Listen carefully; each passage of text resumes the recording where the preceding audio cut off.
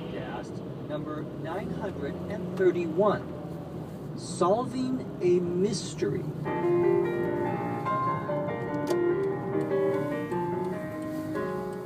This is English as a Second Language podcast, episode 931. I'm your host, Dr. Jeff McQuillan, coming to you from the Center for Educational Development in beautiful Los Angeles, California. Our website is eslpod.com. Yes, it is. Go there. Download the learning guide right after you become a member of ESL Podcast. This episode is a dialogue between Jane and Hercule about solving a mystery when someone has committed a crime, perhaps even murder. Let's get started.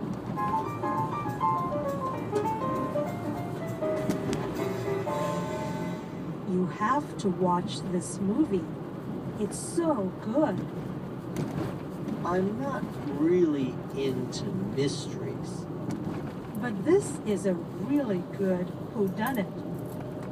I prefer action movies. Listen, the movie gives you plenty of clues, and the detective follows hunch after hunch, lead after lead. But the movie is full of red herrings. Everybody seems to have an alibi, and the witnesses aren't reliable. I don't know. It seems kind of confusing to me. I don't really want to use my brain when I'm watching a movie. But that's the fun part of it. The true identity of the victim is a mystery. The suspects all have skeletons in their closets, and the detective isn't what he seems. Yeah, well... And just when you think you're getting to the bottom of it, the rug gets pulled out from under you. It keeps you guessing until the very end. Hey, where are you going? I'm going to find an action movie where all my brain has to do is handle the sensory overload.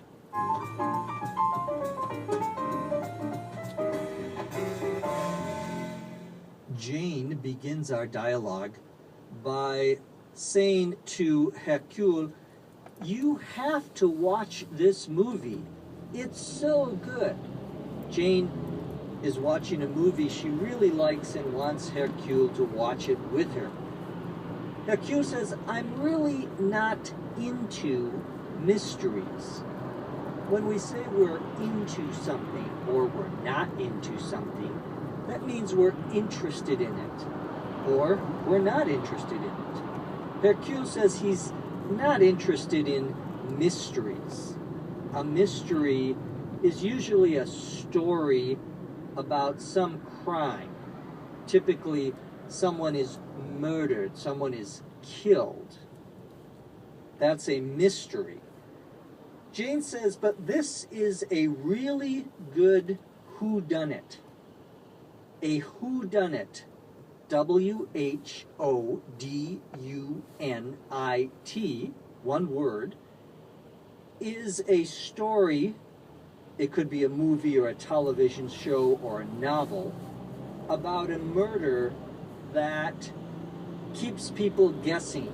The story has a lot of different things going on, a lot of different people who could have done it, who could have committed the murder. Whodunit, although it's used as a single word, as a noun, obviously comes from the three words who, done, and it. You're trying to figure out in the story who is the murderer. Hercule says, I prefer action movies. Jane says, listen, meaning pay attention to me. The movie gives you plenty of clues, and the detective follows hunch after hunch, lead after lead. A clue, C-L-U-E, is some piece of information that gives you an idea about what happened. In this case, it gives you an idea about who the murderer is, who is the person who committed the crime. Jane says this movie gives you plenty of clues, meaning the movie indicates to you different pieces of information that, if you put them all together, will help you figure out who the murderer is. Most mystery stories have someone in the story who solves the crime, that is, who figures out who committed the crime, in this case the murder. That person is called the detective. The detective is the person, it could be a police officer or anyone who figures out who committed the crime. The detective is usually the hero of the story. For example, Agatha Christie, one of the great mystery writers of the 20th century, had two very famous detectives about which she wrote several stories, Hercule Poirot and Jane Marple, Miss Marple, as she was called in the books. Interestingly enough, our dialogue is between a Jane and a Hercule, but no relation to the Agatha Christie characters. Jane says the detective in this movie follows hunch after hunch, lead after lead. A hunch, H-U-N-C-H, is a guess. It's a guess about, in this case, who committed the crime. A lead, L-E-A-D, is the same as a clue. It's information that will help you figure out who committed the murder. The detective then follows hunch after hunch, meaning the detective makes some guesses in order to try to figure out who committed the crime. Jane says the movie is full of red herrings. A red herring, H-E-R-R-I-N-G, is a distraction, something that isn't important, but that distracts you from focusing on what is important. A red herring is any piece of information or any event in the novel that looks important, but it turns out it really isn't important. Jane says everybody seems to have an alibi, and the witnesses aren't reliable.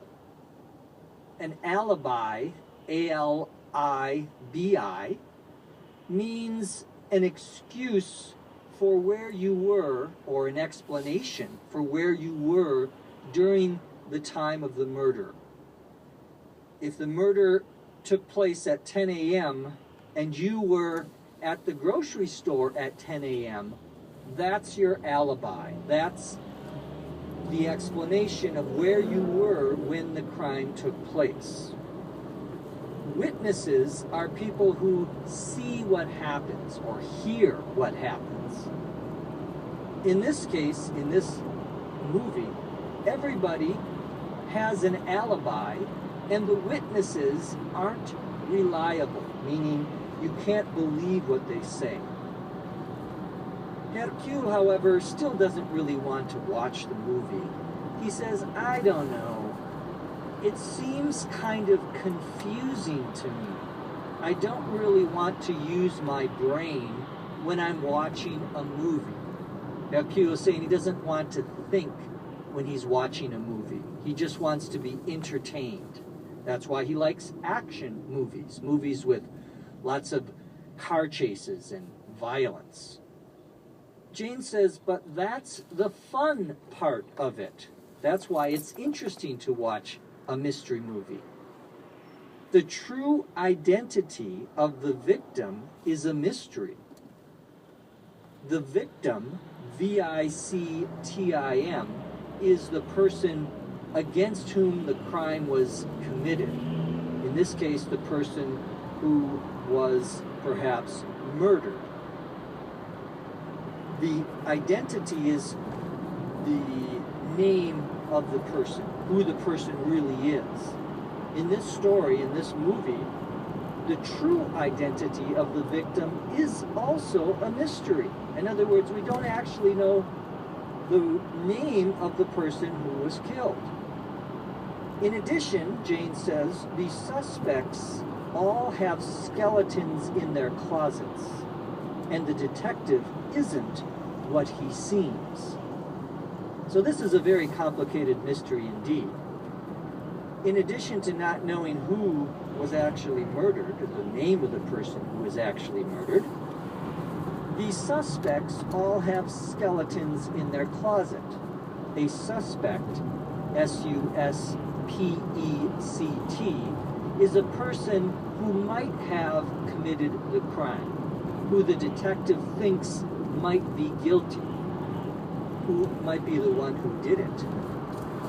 Jane says the suspects all have skeletons in their closet. The expression to have skeletons, S-K-E-L-E-T-O-N-S, in your closet means to have secrets about yourself, secrets about your past that could be very embarrassing. Skeletons in your closet are things that you don't want anyone to know about, things that you have done wrong in your past. The word skeleton refers to the bones in the human body. A skeleton is what is left after someone dies. The body eventually decomposes, it eventually is changed so that all there is left are the bones. The idea here is that if you kill someone and you hide them in your closet, someone may go into your closet and eventually discover their bones. Once again, it's just an expression used to say that you have some bad things that you have done in your past. Jane says the detective also isn't what he seems, meaning the detective may himself have some secrets. Hercule says, yeah, well, and Jane continues trying to get Hercule to watch this movie. She says, and just when you think you're getting to the bottom of it, just when you think you're understanding what happened, the rug gets pulled out from under you. The expression, the rug gets pulled out from under you, means that there's a sudden change in the story, or something happens that is completely unexpected, that you didn't realize was going to happen. Jane says, it keeps you guessing until the very end. When we say something keeps you guessing, we mean you don't know. You don't know the answer. In this case, you don't know the answer until the end of the movie. Jane then says, hey, where are you going? Hercule says, I'm going to find an action movie where all my brain has to do is handle the sensory overload. Sensory, S-E-N-S-O-R-Y, refers to your senses. What you can see, what you can hear, what you can taste, what you can smell, and what you can touch. Overload, O-V-E-R-L-O-A-D, is when you have too much of something.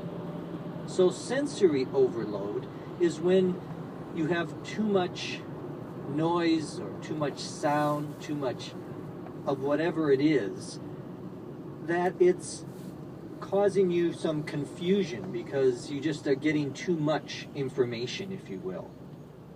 That's what happens in an action movie sometimes. There's so much going on that it's sensory overload. Hercule is saying here he doesn't want to think. He doesn't want his brain to have to think as it would if he were to watch the mystery movie that Jane is watching. Now let's listen to the dialogue, this time at a normal speed.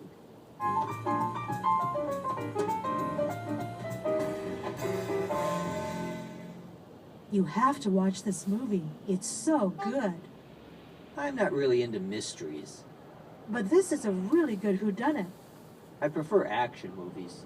Listen, the movie gives you plenty of clues, and the detective follows hunch after hunch, lead after lead, but the movie is full of red herrings.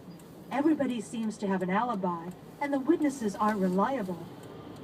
I don't know. It seems kind of confusing to me. I don't really want to use my brain when I'm watching a movie. But that's the fun part of it. The true identity of the victim is a mystery. The suspects all have skeletons in their closets, and the detective isn't what he seems. Yeah, well... And just when you think you're getting to the bottom of it, the rug gets pulled out from under you. It keeps you guessing until the very end. But hey, where are you going? I'm going to find an action movie where all my brain has to do is handle the sensory overload.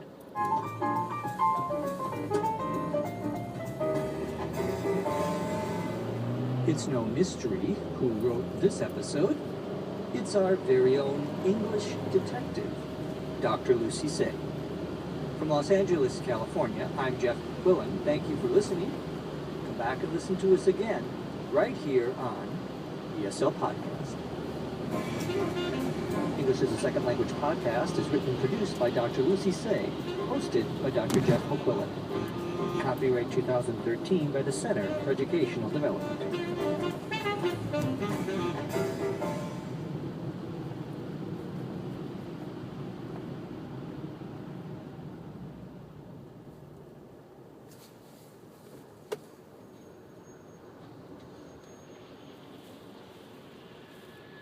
You're listening to ESL Podcast English Cafe, number 417.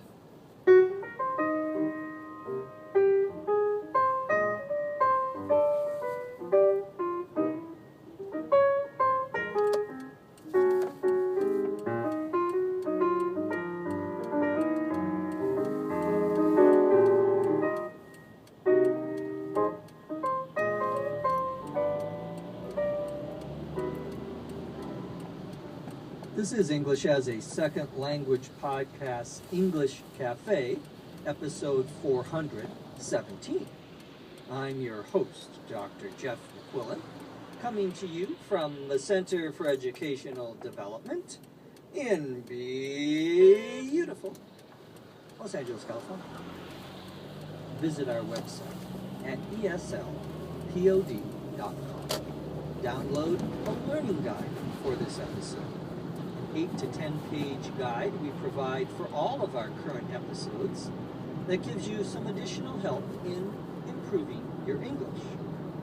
While you're there, take a look at the ESL Podcast store that has courses in business and daily English I also think you'll like. This week we're going to talk about a famous American author, a famous American writer, by the name of Betty Friedan, who wrote a book called The Feminine Mystique. We're also going to talk about Taos Pueblo, which is an historic town in New Mexico, in the southwest part of the United States. And as always, we'll answer a few of your questions. Let's get started.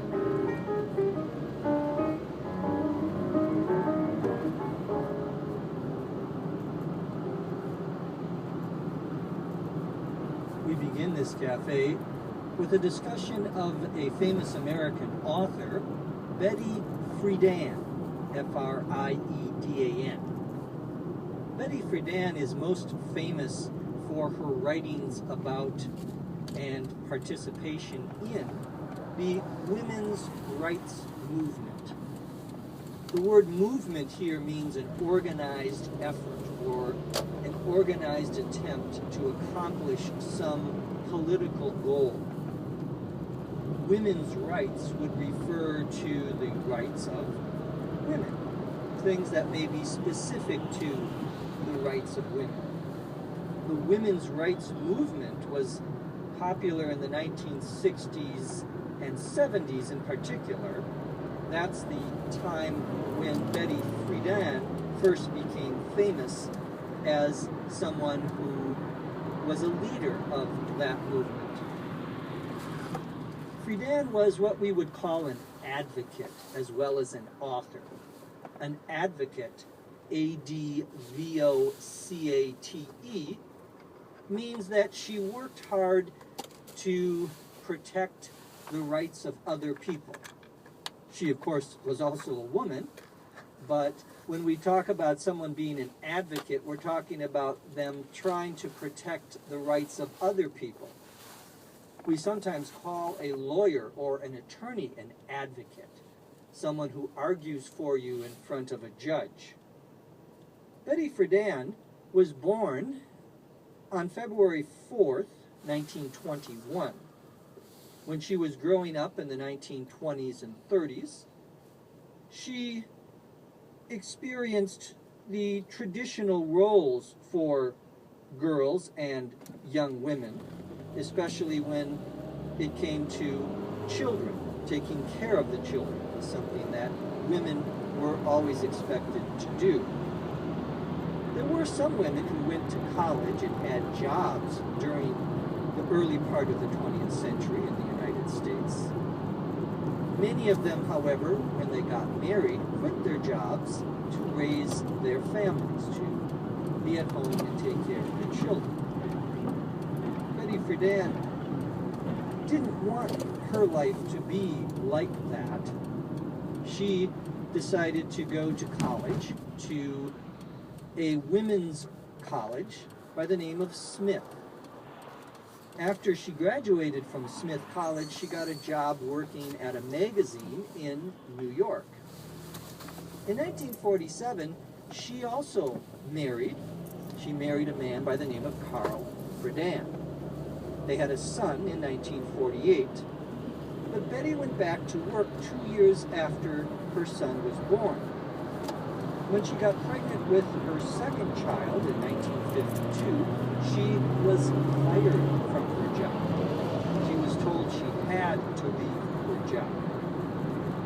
So Betty stayed home with her children and took care of them, as most American mothers did at this time. In 1956, Betty and Carl had their third child. Betty was not happy being at home all the time with her children. It was what society, what people living in the United States expected of women, but she wasn't happy with it. She felt there was something missing in her life. She decided to go and interview some of her friends who were also mothers to see if they were happy. Now, it's very important to understand that Betty Friedan's group of interviewees, the women that she spoke with, were all, or most all of them, part of her own social circle.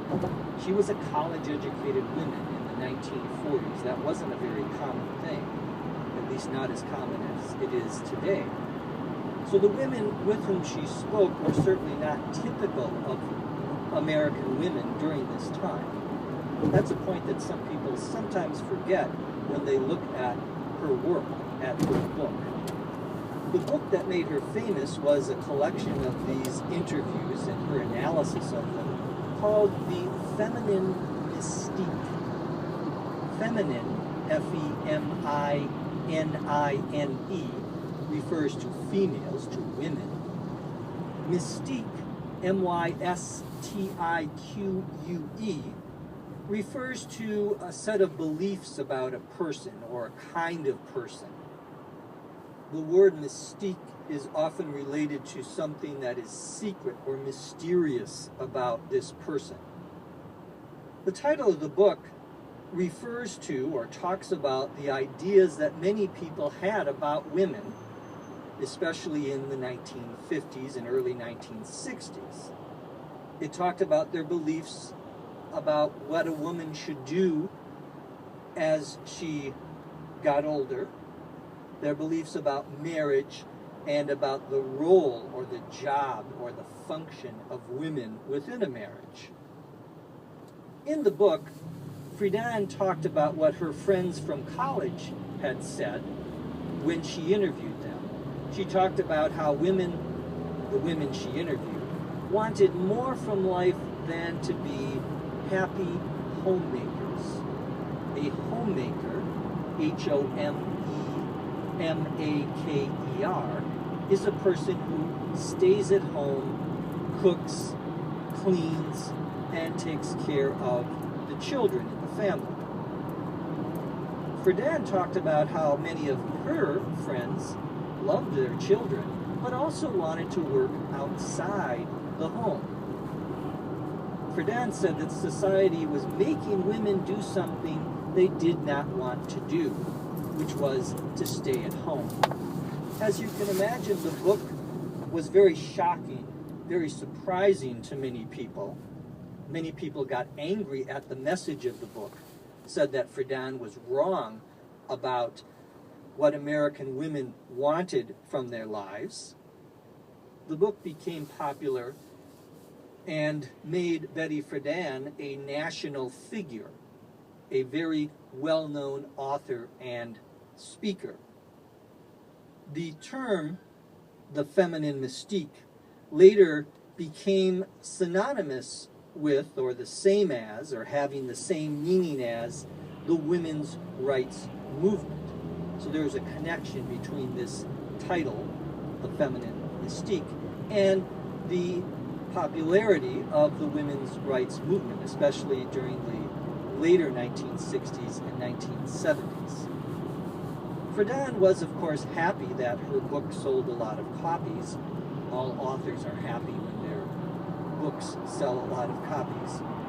But she wanted to do more. She wanted women to become more involved in politics. So she started an organization, or helped start an organization, called the National Organization for Women, or NOW, N-O-W. This organization is still around, and some people think it's still important in the cause of women's rights. When Friedan grew up, women did not have the kinds of opportunities and choices that they do now. Some people say that Betty Friedan's book and that movement that she founded are the cause of the changes in the American economy and in American society in general. Other people would point to or indicate other reasons why women's participation in the workforce, in the job market, as we might call it, has increased over the years that are unrelated to the political developments. But we're not here to answer that question, but rather to talk about why Betty Friedan is famous and continues to be a hero for many people in the women's rights movement. Friedan died on her 85th birthday in 2006. Now let's turn to our next topic, which is a town in the state of New Mexico, which is in the southwest part of the United States, in between the states of Arizona and Texas.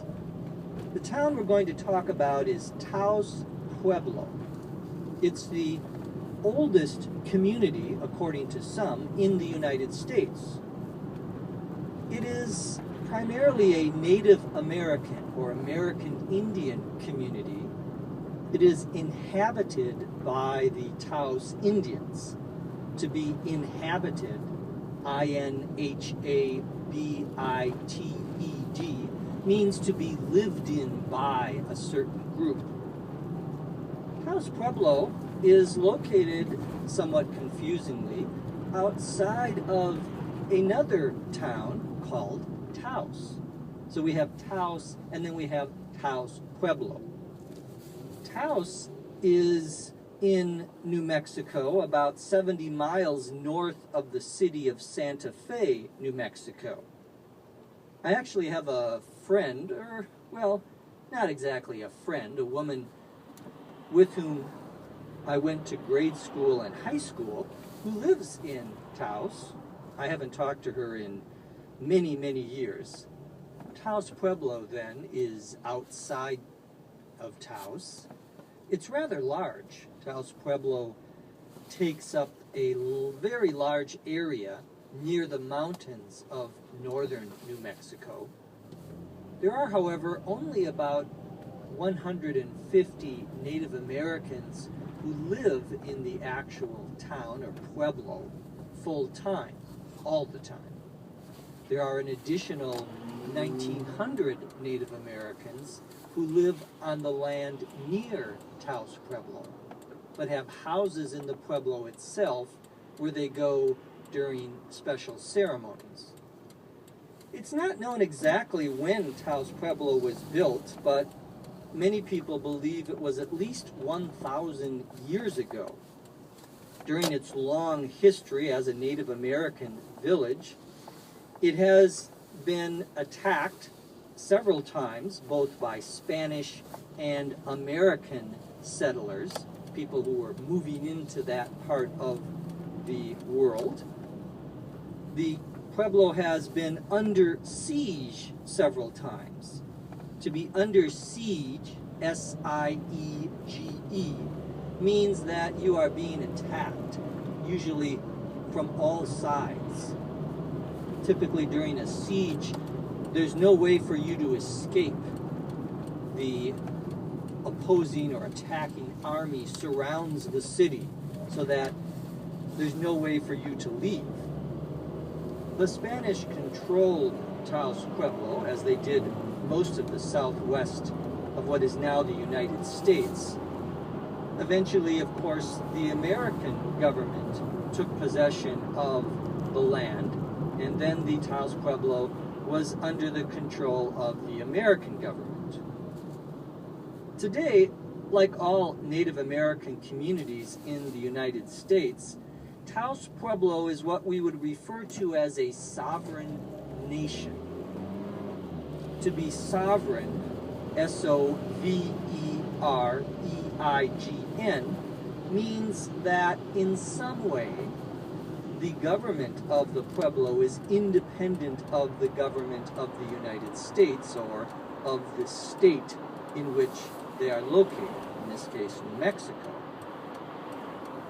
The Indian communities, the Native American communities, have, at least in areas where they have the land, where they own the land, their own government. They control their own people. They have their own police force, they have their own courts, and so forth. However, it wouldn't be right to think of the Native American communities in the United States as being independent countries. We talk about them as sovereign nations, but they don't have ambassadors to the United Nations. They don't have relations with other countries. It's more like what in other countries would be called an autonomous region, an area that has its own political institutions. The Taos Indians welcome visitors to their pueblo. Visitors are an important part of their economy. People come during all times of the year to visit the pueblo. The pueblo buildings are very popular with tourists. The pueblo buildings are similar to what we might call apartment buildings. One of them in Taos Pueblo is 5 levels, or 5 stories tall. What's interesting about the buildings is that they are made out of a material called adobe, A-D-O-B-E. If you own a computer and are interested in graphics, you have probably heard of Adobe, the company Adobe. This is not a technology company, but rather a way of making bricks, a way of building buildings. Adobe is a material made in part from dirt and water. This mixture is left in the sun to dry after you mix the water and the dirt and what is called straw together. You then put that out into the sun where it dries, and then you use that like a brick to build the building. Adobe as a material helps control the heat inside the building so it doesn't get too hot or too cold. There are two main Pueblo buildings in Taos Pueblo where families live. Visitors to Taos Pueblo can also visit the many shops, the many stores around the central plaza or the central square. The Taos Indians sell a lot of traditional items such as pottery and jewelry that are, of course, decorated or have the images of the Taos Indian community. Lucky visitors may also have a chance to see one of the traditional ceremonies, one of the traditional Native American ceremonies that take place in Taos Pueblo. A ceremony is an official celebration, a public event that is meant to perform some sort of duty, often related to a religious belief. The most interesting ceremony among the Taos Indians is what is called a powwow, P-O-W-W-O-W. A powwow is a ceremony where Indians, American Indians, or Native Americans from different nations come together and celebrate, wearing their traditional clothing and performing traditional dances and songs. Not all of these ceremonies, however, are open to the public. Some of them are just for the Native American community, especially those that have a more religious purpose. Another building you can visit in Taos Pueblo is called the San Geronimo Chapel. This is a small church in the center of Taos Pueblo. Many of the Taos Indians practice Christianity. Of course, the Spanish settlers who first went to New Mexico were themselves Christians and converted many of the Native Americans to Christianity, to Catholicism primarily. There are also, however, still Native American rituals or religious acts that you can see in Taos Pueblo. I mentioned that tourism is very important for the economy of Taos Pueblo. They want people to come and visit there. The Pueblo itself is listed as one of the UNESCO World Heritage Sites. UNESCO is, of course, an organization of the United Nations that, in part, attempts to protect and preserve important areas like the Taos Pueblo. I'm guessing they don't give them any money, but the designation of the site as a World Heritage Site may help to protect it from people who want to change it in the future. Designation refers to an official title, usually one that gives a certain person or a certain area, in this case, some power or protection. If you ever visit the United States and are in the state of New Mexico, I can definitely recommend visiting the Taos Pueblo. I'm sure you'll find it very interesting. Now let's answer some of the questions you have sent to us.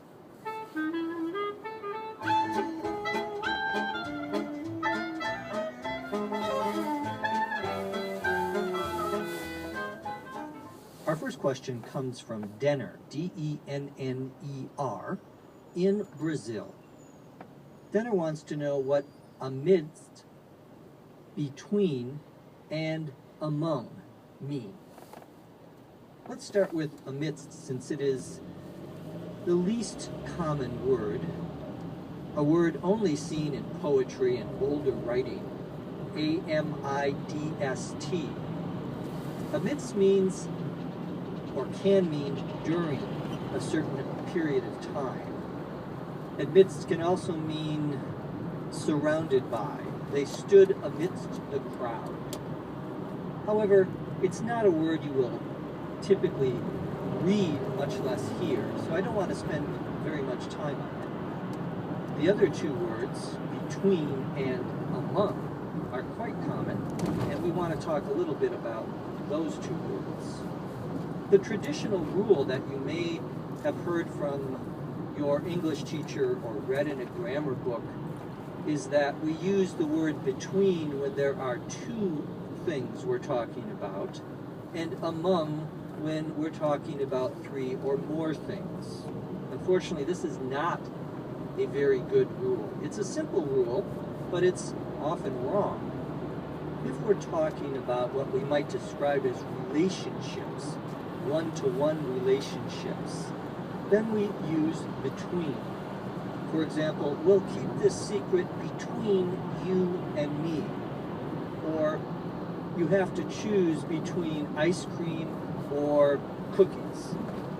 However, we don't limit the use of between to cases where there are just two individuals in the relationship that we're talking about. You can also use between for more than two.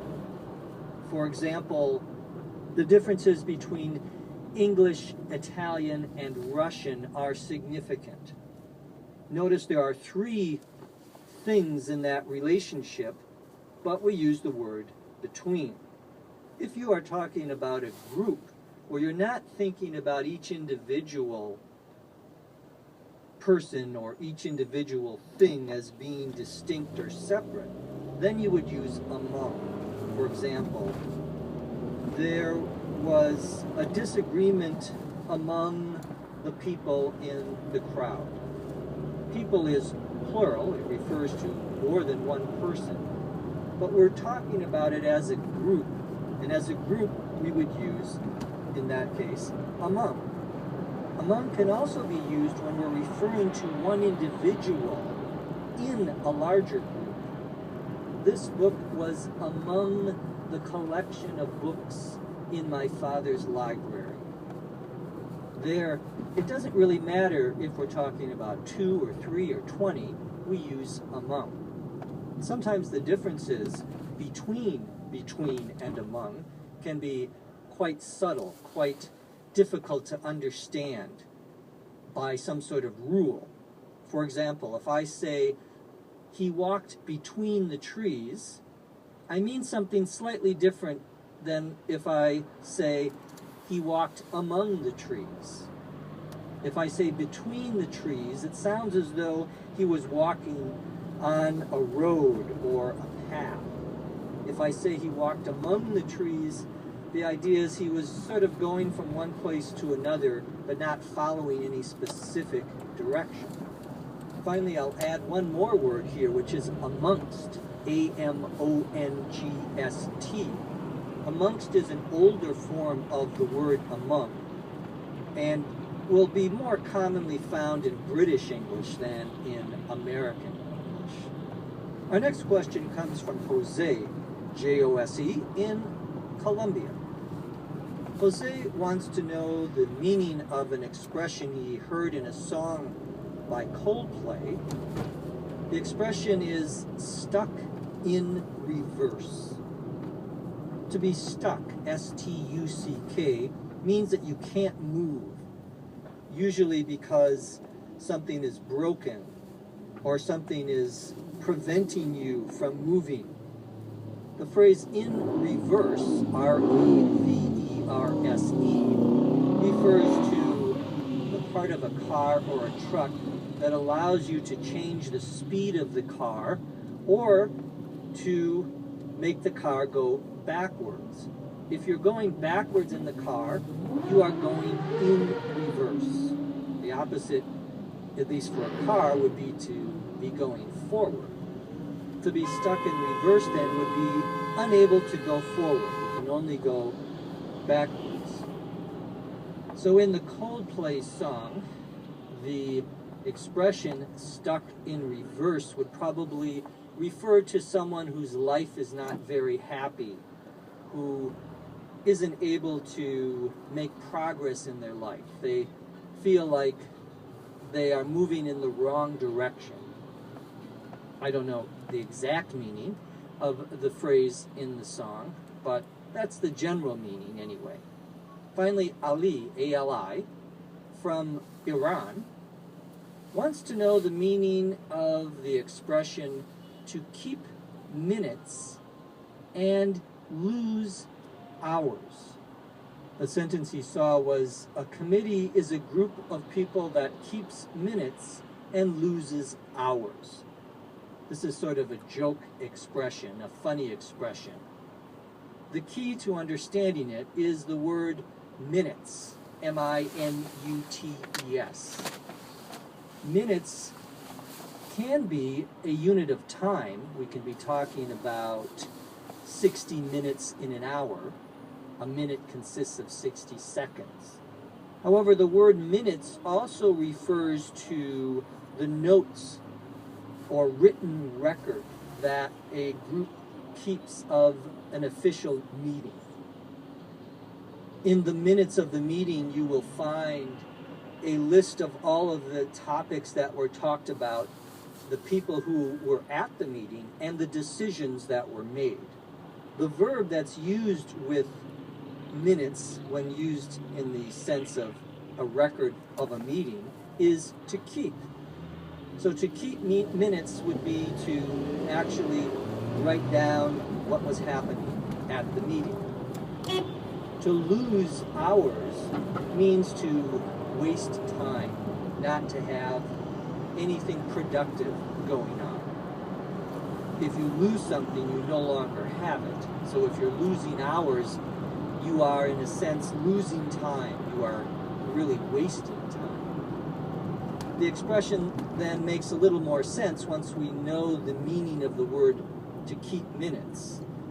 The joke here is that meetings are a waste of time, that getting together and meeting with other people, especially for some sort of official purpose, often is a waste of your time. You don't get very much done. It's not productive.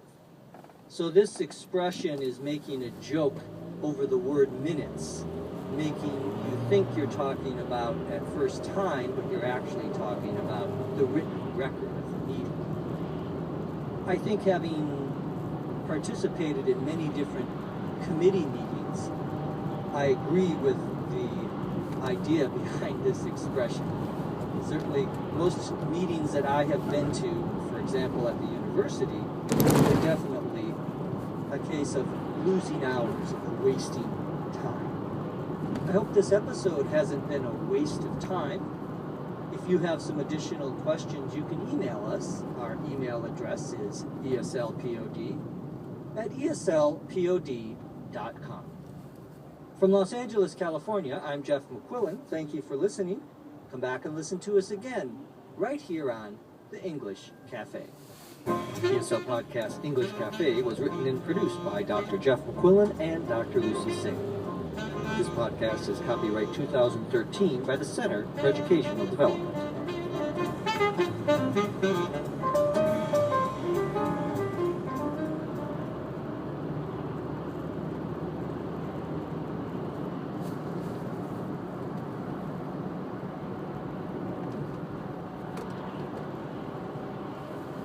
Welcome to English as a Second Language podcast number 933.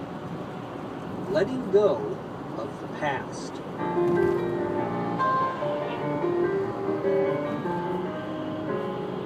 This is English as a Second Language podcast, episode 933. I'm your host, Dr. Jeff McQuillan, coming to you from the Center for Educational Development in beautiful Los Angeles, California.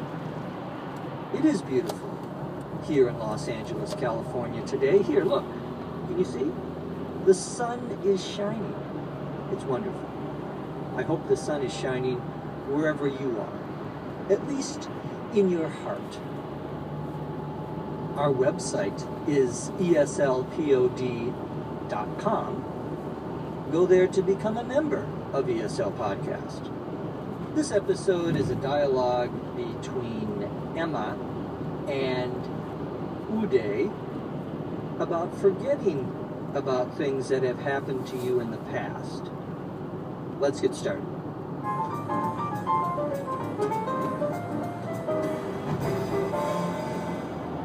I think it's time.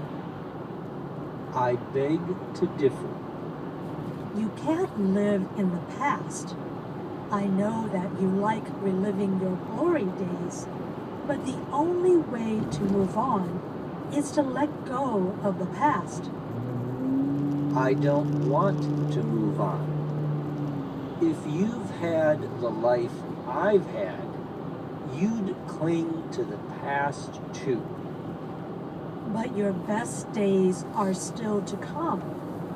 Constantly harking back to days gone by doesn't allow you to live in the moment and to plan for the future. So what? I have my memories to comfort me in my old age. You're speaking as though your life were over. You're still young. Not as young as I used to be. These old trophies and football jerseys won't keep you young. Yes, but they help me remember some of the highlights of the old days. Did I ever tell you about the time I single-handedly won the game?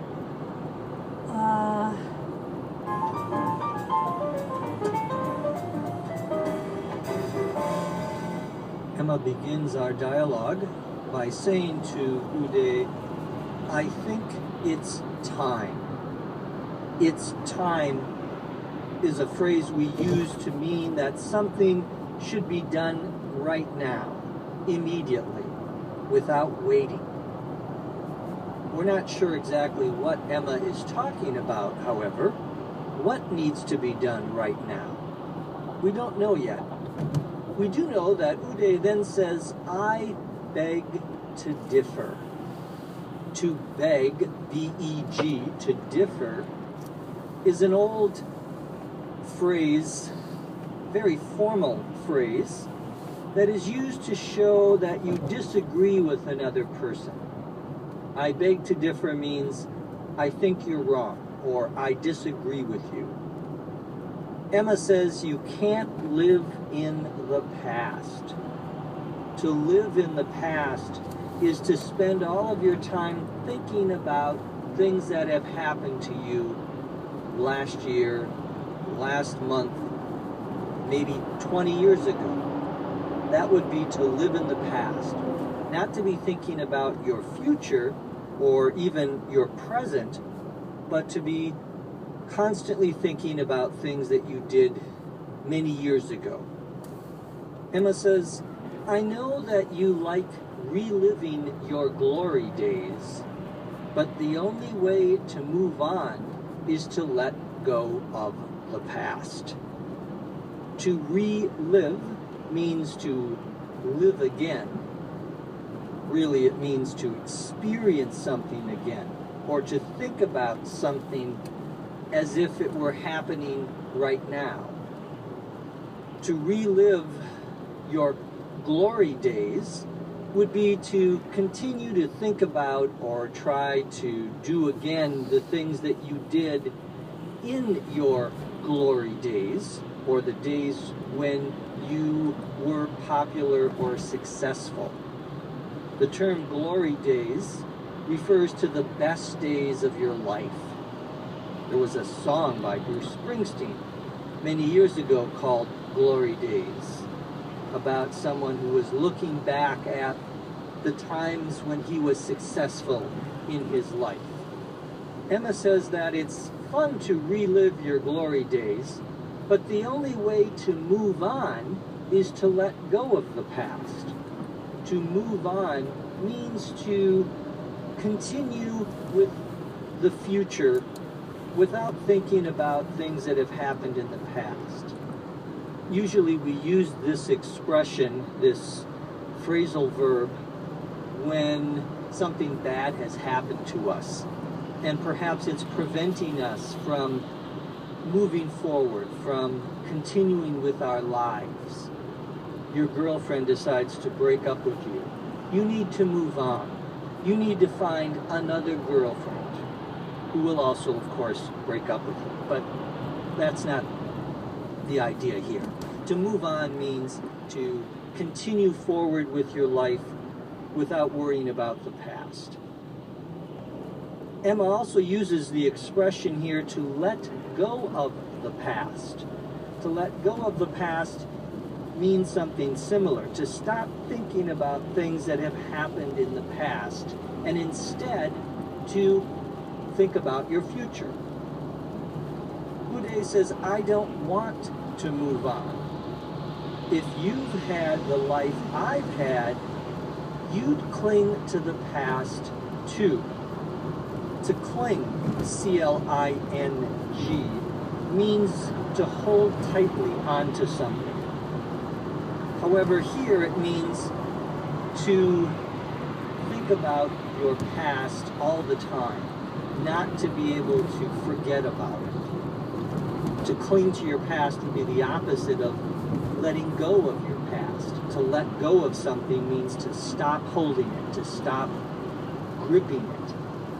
Uday doesn't want to let go of the past. He wants to cling to the past. Emma says, but your best days are still to come. Emma is saying that the best things in Uday's life haven't happened yet. So he should be looking forward to what will happen to him, not thinking about the past. Emma says, constantly harking back to days gone by doesn't allow you to live in the moment and to plan for the future. To hark, H-A-R-K, back to something means to refer to something that happened in the past, to remind you of something that has happened in the past. Days gone by is a somewhat poetical way of saying the past, things that have already happened. Emma says that you can't live in the moment and plan for the future if you are constantly thinking about the past. To live in the moment means to live in the present, to think about and focus on what is happening to you right now, not what happened to you yesterday or 10 years ago, and not to think about what will happen even in the future, but instead to think about what is going on in your life right now, at this very minute. Emma is asking Uday to forget about his past and to live in the moment, as well as to plan for the future. Uday says, so what? I have my memories to comfort me in my old age. Uday is saying, so what, meaning, why is that important? What you are saying to me isn't important. I have my memories to comfort me. Your memories are things that you remember. To comfort means to make you feel calm or relaxed, to feel good about yourself. Uday is saying that he has his memories to comfort him in his old age as he gets older. Emma says, you're speaking as though your life were over. You're still young. Uday says, not as young as I used to be. He means he's not as young as he was last year or 10 years ago, which of course is obvious. No one is younger now than they were in the past. That doesn't make any sense. The reason Uday says this is to indicate that he is aware that he is getting older. He is no longer as young as he wants to be. When someone says not as young as I used to be, means I'm old, I don't feel young the way I used to feel young. I feel that way sometimes when I have to move some heavy boxes, for example, and the next day my back hurts. I say to myself, I'm not as young as I used to be. I try to tell my wife that so that I don't have to move the boxes, but she never listens. Anyway, Emma says these old trophies and football jerseys won't keep you young. A trophy, T-R-O-P-H-Y, is usually an object that looks like a small statue that is given to someone who wins a competition. It is usually tall, made of metal and wood, and has the name of the person who won, or at least the prize that they won. Trophies are usually given for big competitions, sporting competitions, or other events. Emma says these old trophies and football jerseys won't keep you young. A jersey, J-E-R-S-E-Y, is a shirt that you wear when you are participating in some athletic activity. When you are a member of a sports team, you have team jerseys. They all have the same color, the same design. Typically, jerseys will have numbers on them. That's your number as a player. In my glory days as a 8th grade volleyball player, I had the number 10. That was the number on my jersey. Oh, those were the days. Emma says the old trophies and football jerseys, and here she means American football, won't keep you young. You won't become young by keeping these old things. Uday says, yes, that's true, but they help me remember some of the highlights of the old days. Highlights are the best or most important moments or parts of some story or some situation. Uday says, did I ever tell you about the time I single-handedly won the game? Uday is asking Emma if she remembers him telling the story about how during one game he single-handedly won it. Single-handedly means alone, without help from anyone else.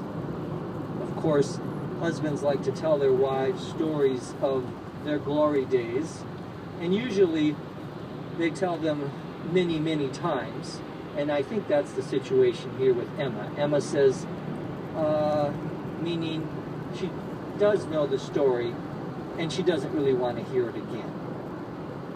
Now let's listen to the dialogue, this time at a normal speed.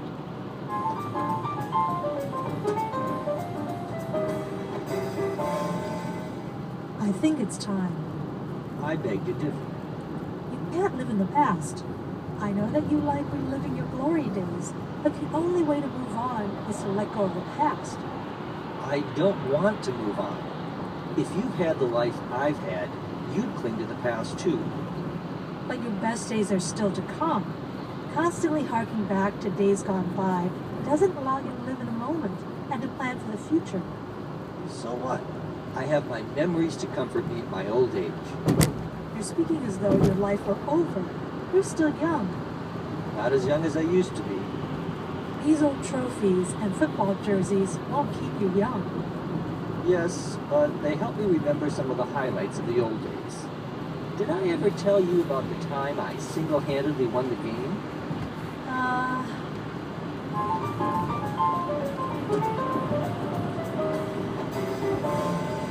She single-handedly writes all of the scripts for our episodes.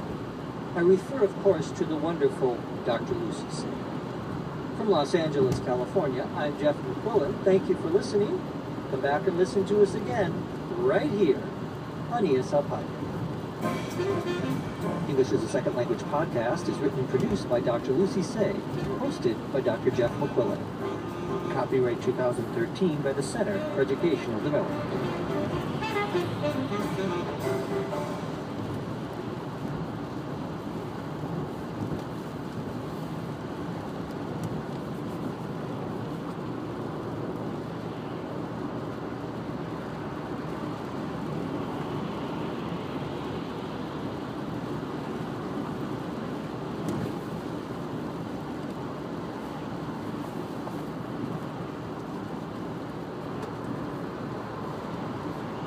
Welcome to English as a Second Language podcast, number 934, Watching Special Effects.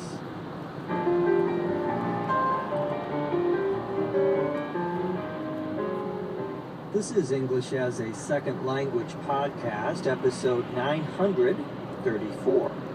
I'm your host, Dr. Jeff McQuillan, coming to you from the Center for Educational Development in beautiful Los Angeles, California. Our website is eslpod.com.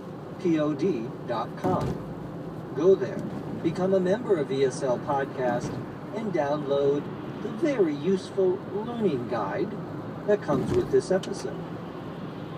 This episode is a dialogue between Jack and Chrissy about watching a movie with special effects. Let's get started.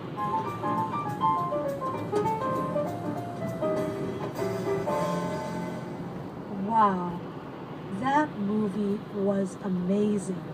But I can't believe that they blew up the Eiffel Tower.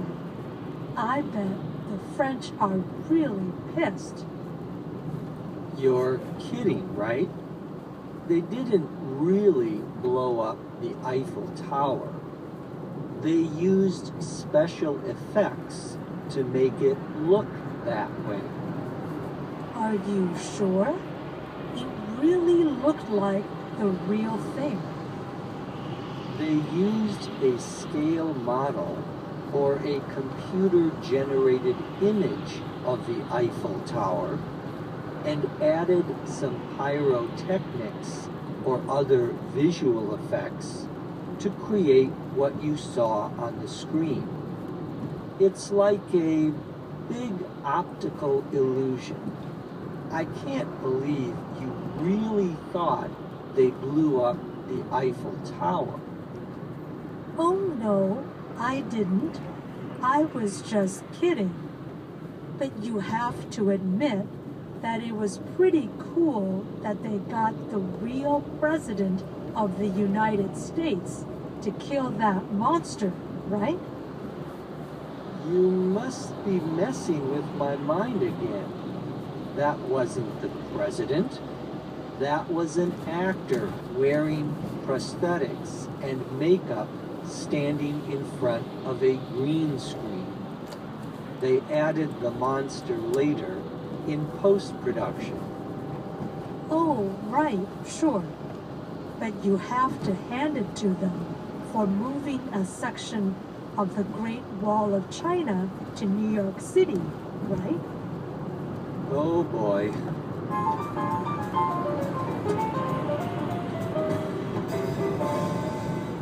Our dialogue begins with Chrissy saying, "Wow, that movie was amazing, but I can't believe that they blew up the Eiffel Tower.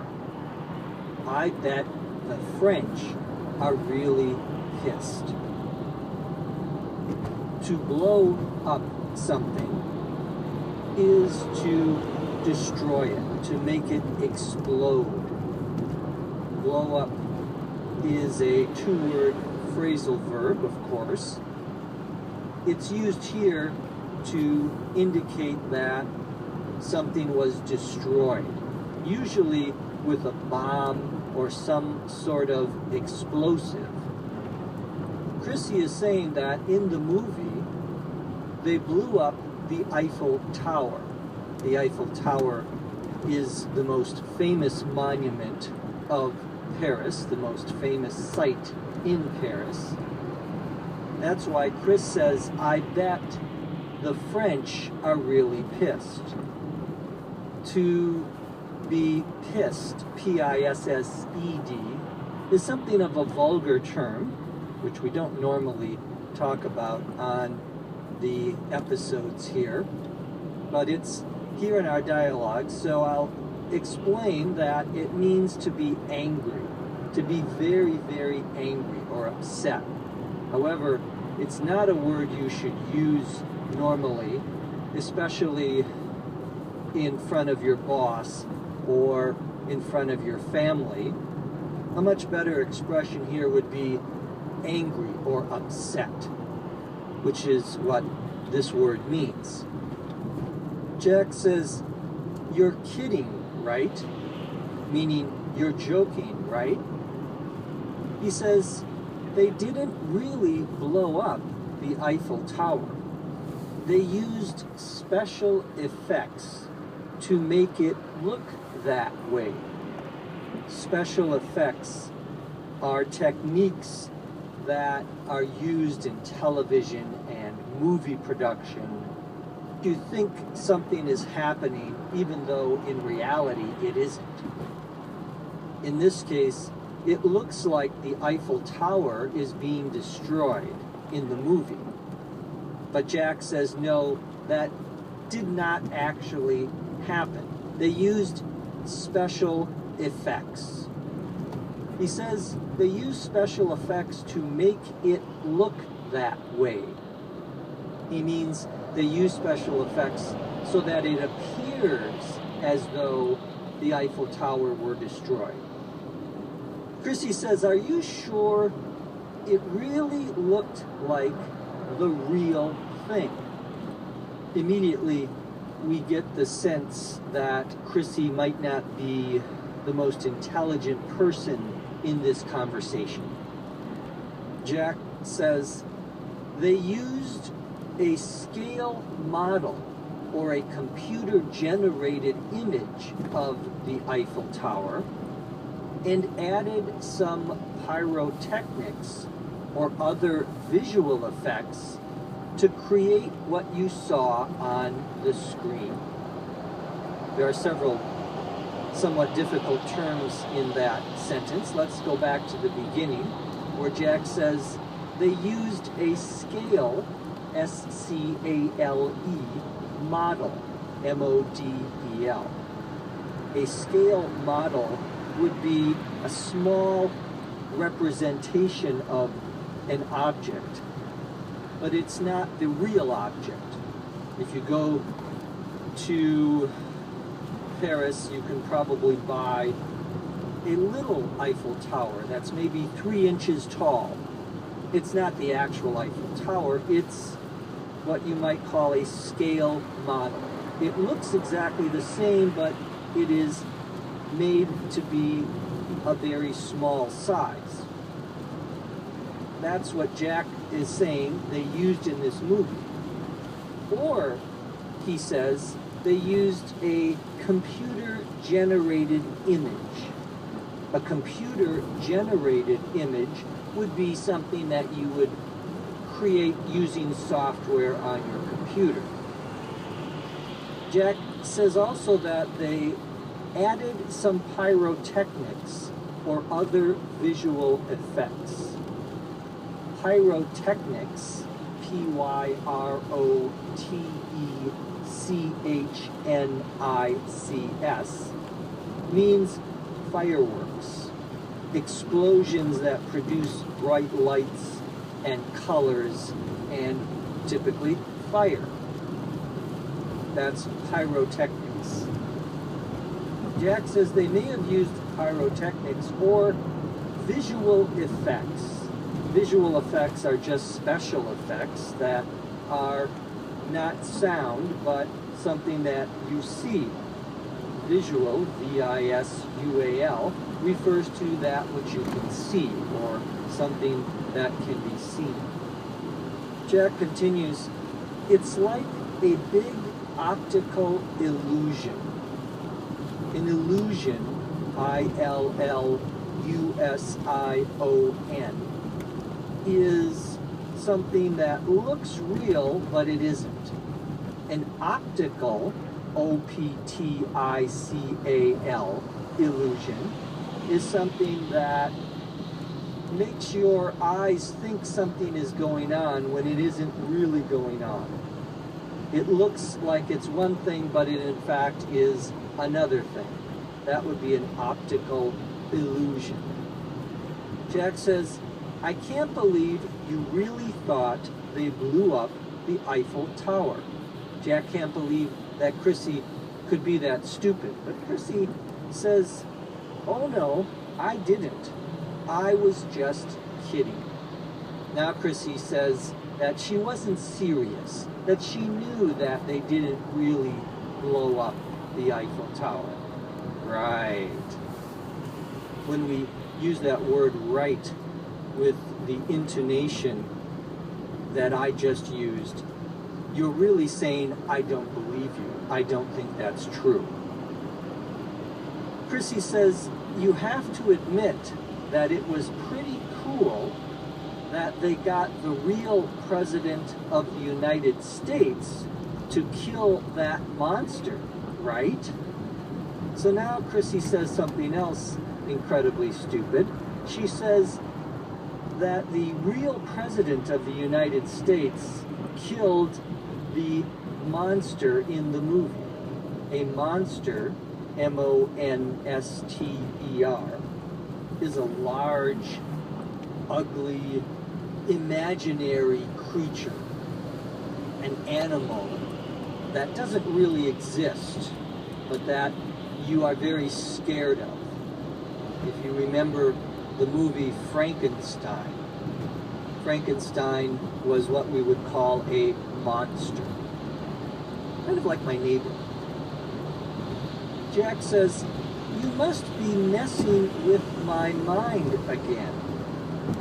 Jack is saying to Chrissy that she is messing with his mind. To mess, M-E-S-S, with someone's mind means to try to trick another person, try to fool another person, try to get someone to believe something is true that really isn't true. It's somewhat of an informal expression. To mess with, in general, means to interfere with or to cause problems with. It could be used in a physical sense. To mess with someone would be perhaps to fight them, to hit them. There's an old expression, don't mess with Texas. Don't mess with Texas means don't get into a fight or criticize or anger anyone from the state of Texas. The state of Texas, which is located in the south central part of the United States on the border with Mexico, has a reputation of being a state that has a lot of pride, where everything is bigger. At least that's what they think in Texas. But we're not dealing with Texas here, we're dealing with Chrissy. Jack says that wasn't the president. That was an actor wearing prosthetics and makeup, standing in front of a green screen. Prosthetics, P-R-O-S-T-H-E-T-I-C-S, are artificial body parts used sometimes for people who lose their arms or lose one of their legs. Here, it's something that an actor would put on to make him look different. Makeup is something you would put typically on your face to make you look different. Women put makeup on to make them look more beautiful. A green screen is a wall that is green. A green screen is used in movie and television production in order to put a different background behind the person. But that is done after you actually make the film, after you actually film the video. You then can go back, if the background is green, and change what is behind the person so that it looks like something different. Jack says they added the monster later in post-production. Post-production is the final stages, the final steps in making a movie or a television show or a record or a podcast. Post-production is what happens after you do the recording. It's all of the things that happen to get the recording, whether it's audio or visual, ready to release, ready to publish. Chrissy says, oh, right, sure. But you have to hand it to them for moving a section of the Great Wall of China to New York City, right? The expression to hand, H-A-N-D, it to someone means to compliment them, to say that they did something very well. Chrissy is saying that in the movie, they took a section of the Great Wall of China and moved it to New York City. That's what Chrissy thinks. That's why she says you have to hand it to them. You have to congratulate the people who made the movie for doing such an amazing thing. Of course, that's not actually what happened, but that's what Chrissy thinks. That's why Jack ends our dialogue by saying, oh boy.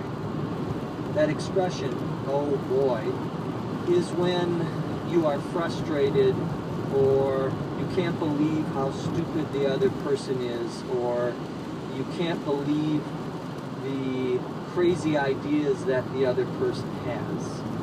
Chrissy certainly has some crazy ideas. Now let's listen to the dialogue, this time at a normal speed.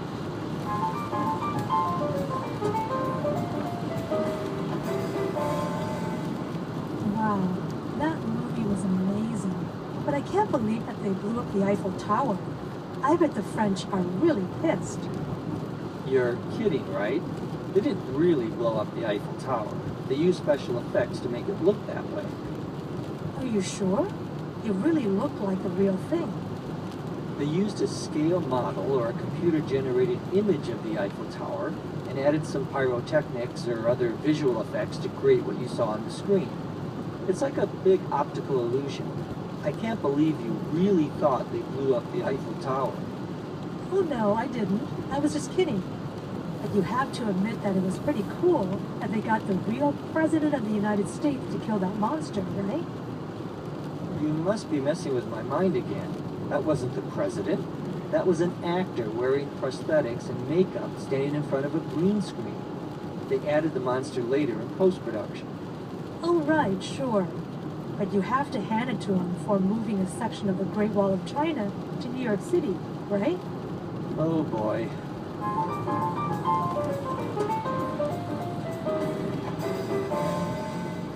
We hope that our scriptwriter never messes with our minds. I don't think she would. I speak, of course, of the wonderful Dr. Lucy Say. From Los Angeles, California, I'm Jeff McQuillan. Thank you for listening. Come back and listen to us again right here on ESL Podcast. English as a Second Language podcast is written and produced by Dr. Lucy Say, hosted by Dr. Jeff McQuillan. Copyright 2013 by the Center for Educational Development.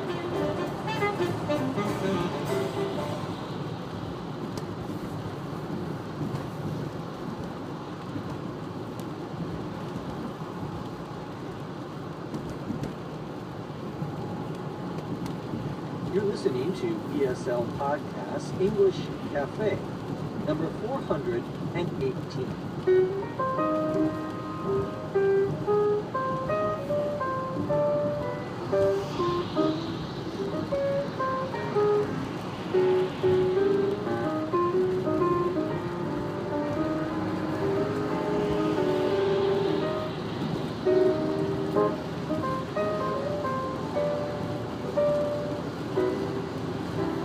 This is English as a Second Language Podcast, English Cafe, episode 418. I'm your host, Dr. Jeff Quillen, coming to you from the Center for Educational Development in beautiful Los Angeles, California. Visit our website at eslpod.com. Go there to download a learning guide for this episode. On this cafe, we're going to talk about an American author named Dorothy Parker. We're also going to talk about how you become a nurse in the United States. And as always, we'll answer a few of your questions. Let's get started.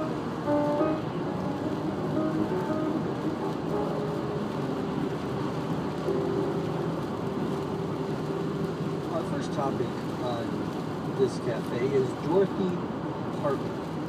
Dorothy Parker was an American author, an American writer, born in 1893 in the state of New Jersey, which is located next to the state of New York on the east coast of the United States.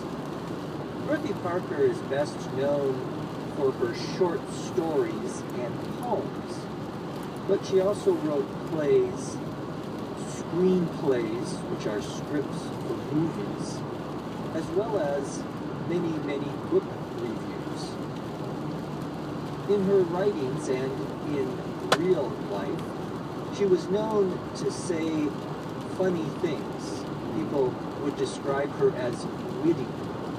If you're witty, W-I-T-T-Y, you say things that are very funny in a clever way, in an intelligent way, often very quickly after someone else has said something. To be witty means to be quick in giving a funny comment. Dorothy Parker was certainly someone who was considered witty in her day. Her first jobs were in New York City at some very important magazines. New York was then, as it is now, really the capital of publishing in the United States, both book publishing and magazine publishing. The biggest book publishers and magazine publishers have offices in New York City, and that's where Dorothy Parker went in her early 20s. She worked at some of the most famous magazines in the United States at the time. She worked at Vogue magazine, which is fashion magazine, at least it is now. She worked at Vanity Fair magazine, and most importantly, she worked at the New Yorker magazine. The New Yorker is considered the best literary magazine, the best magazine in terms of good quality writing. That was true in the 1920s, it's still true today. At each of these magazines, Parker wrote reviews.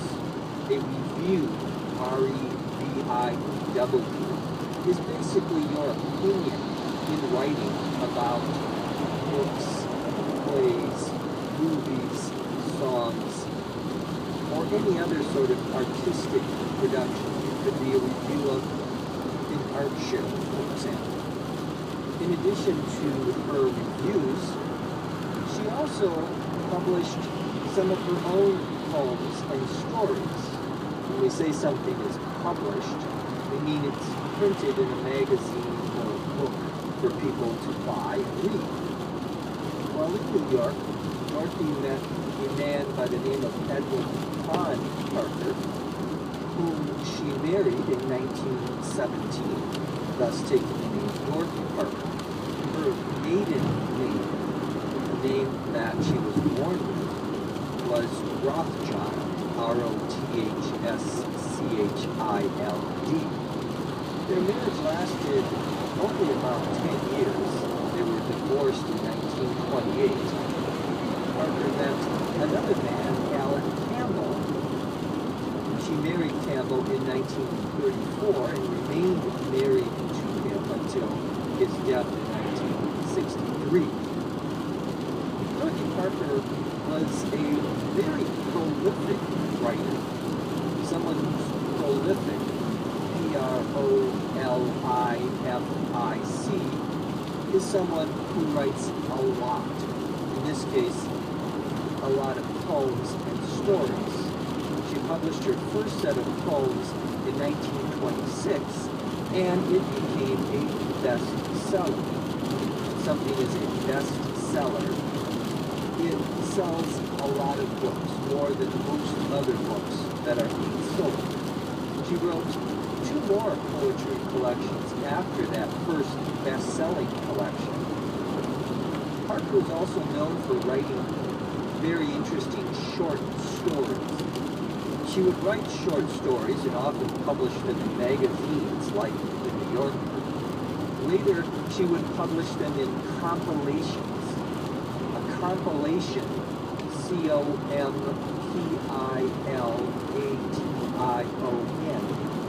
is a collection of something, usually a collection of poems or stories or possibly even songs. You take those songs or poems or plays or stories that have been published in other places and you put them all together and you sell them in one book as one group. This is what Parker did with some of her stories, and it was a very successful compilation. Parker was considered, as I mentioned earlier, a very witty woman. She was, in fact, friends with some of the greatest writers and comedians, or people whose job it is to tell jokes, of the 1920s. These included George Kaufman, Edna Ferber, Harold Ross, and Harpo Marx, one of the famous Marx brothers. She was also a member of a famous literary group called the Algonquin Round Table. A round table is usually a group of people, maybe 8, 10, 15 people who get together and talk about some common interest they have. This really was a lunch group that got together almost every day for a period of about 10 years at a hotel called the Algonquin. It's a hotel in New York City. Parker and her friends would talk about poems, they would talk about plays, they would talk about stories that had been published. They would also, of course, tell jokes and funny stories. Many people believe this round table, this group of writers, was one of the most interesting and influential groups of writers in American literary history. In 1934, Parker, having married Alan Campbell, moved here to Los Angeles, to Hollywood. Here she became, along with her husband, a screenwriter. A screenwriter is someone, as I mentioned before, who writes stories for movies, nowadays also for television shows. Together, Campbell and Parker wrote a couple of popular screenplays, or the screenplays for a couple of popular movies. The most famous of those was A Star is Born in 1937.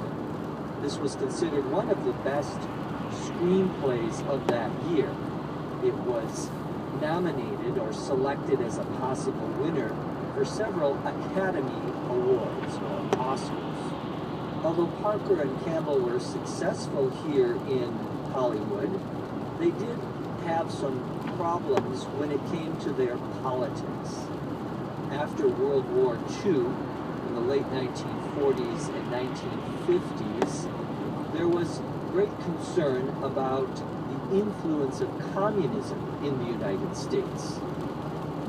Communism was the political system of the Soviet Union and later of Communist China. This led a lot of people to fear communism, since especially the Soviet Union was considered our enemy at the time. One of the results of this change in the political environment in the United States was that certain writers, certain directors, certain actors who were suspected of being communists were blacklisted. If you are blacklisted, you are told that you can't work at any of the places in your own profession.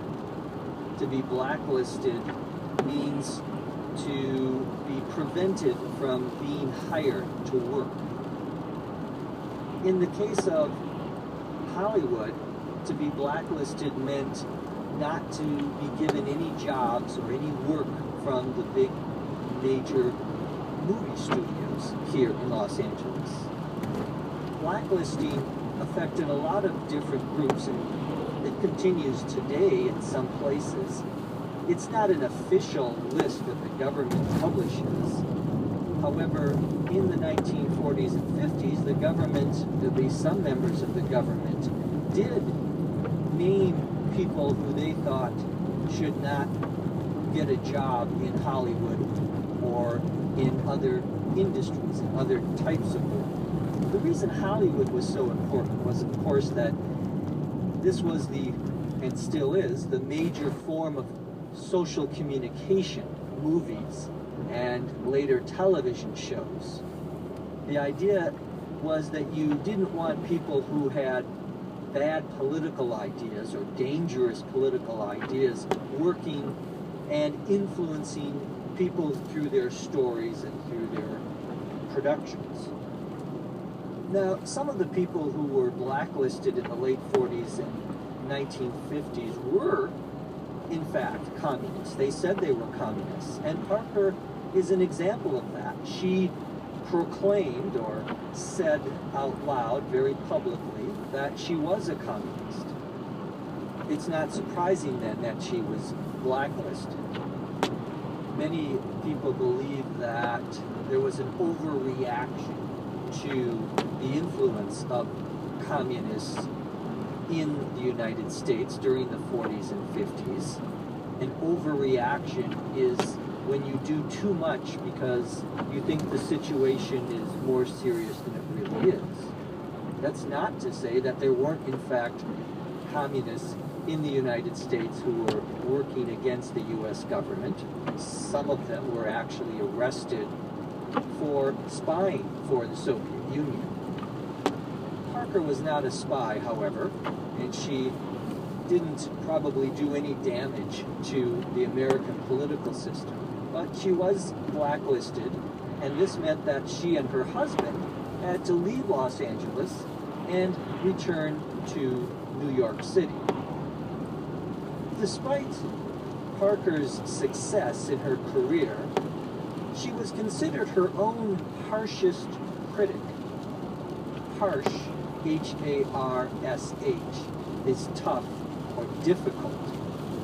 To say that she was her own harshest critic means that she was the one who was most critical of her own writing, who would criticize and find problems with her own writing. Parker died of a heart attack about 4 years after the death of her husband in 1963. She died in 1967 at the age of 73. Interestingly enough, she left her estate, that is, her money and property, to the Reverend and Dr. Martin Luther King Jr. She left the money to King's organization because she was a strong supporter of civil rights, of equality for people of different races. I have never actually read any of Dorothy Parker's stories. I am familiar with one funny line that she wrote. It's probably her most famous line. Men seldom make passes at girls who wear glasses. To make a pass, P-A-S-S, means to try to get a woman romantically interested in you. I was never very good at that, but some men are very good at getting women to be interested in them. What Parker is saying here is that men seldom, that is not very often, make passes at girls who wear glasses. The idea being, of course, that if you're wearing glasses, you're not as attractive or pretty as other girls. Or it could also mean that men don't want to date or go out with women who are considered intelligent or smart. At least not smarter than they are. Now let's turn to our next topic briefly, which is how to become a nurse in the United States. A nurse is someone who works with the doctor to take care of people who are sick. Nurses are what we would call healthcare professionals. The word healthcare refers to trying to keep people healthy, trying to help people who are sick, both in their bodies as well as in their minds. Nurses, doctors, other healthcare professionals typically work in hospitals and medical clinics to help people become more healthy. There are actually three kinds of nurses in the United States who take care of people who are sick. The first kind is a licensed practical nurse. These are nurses who provide the most basic or simple kind of care to patients, to people who are ill. Another kind of nurse, one that requires more education and training, is a registered nurse.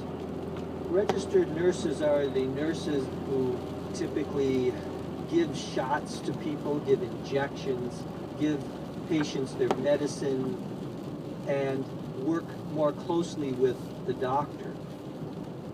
The final kind of nurse, which is a fairly new classification of nurse, is nurse practitioner. Nurse practitioners actually see patients and give them medicine. They are able to work with patients instead of, in many cases, a doctor. A nurse practitioner, in terms of expertise and knowledge, is somewhere in between a doctor and a registered nurse. Depending on what kind of nurse you want to become, you have to go through different kinds of training. To make things even more complicated, every state in the United States has its own requirements. So it's a little bit different in California than it is in Colorado or in New Jersey. To become a licensed practical nurse, you need to take what are called certificate courses. These courses, these classes, are taken at usually a community college, what we sometimes call a two-year college. But to become a licensed practical nurse usually takes just 1 year or so of study after high school. Certain colleges offer both degrees and certificates. A degree is usually more difficult to get and takes longer, either 2 years or 4 years. Sometimes if you're getting a master's degree, it can take 6 or 7 years, and a doctorate degree can take many more. It took me 4 years to get my PhD after finishing my master's degree, although it seemed like 40. Licensed practical nurses take about 1 year of courses and then take an exam that is given by the state to make sure they know what they are doing. If they pass the exam, then they get a license to be a nurse. A license is official permission from the government to do something.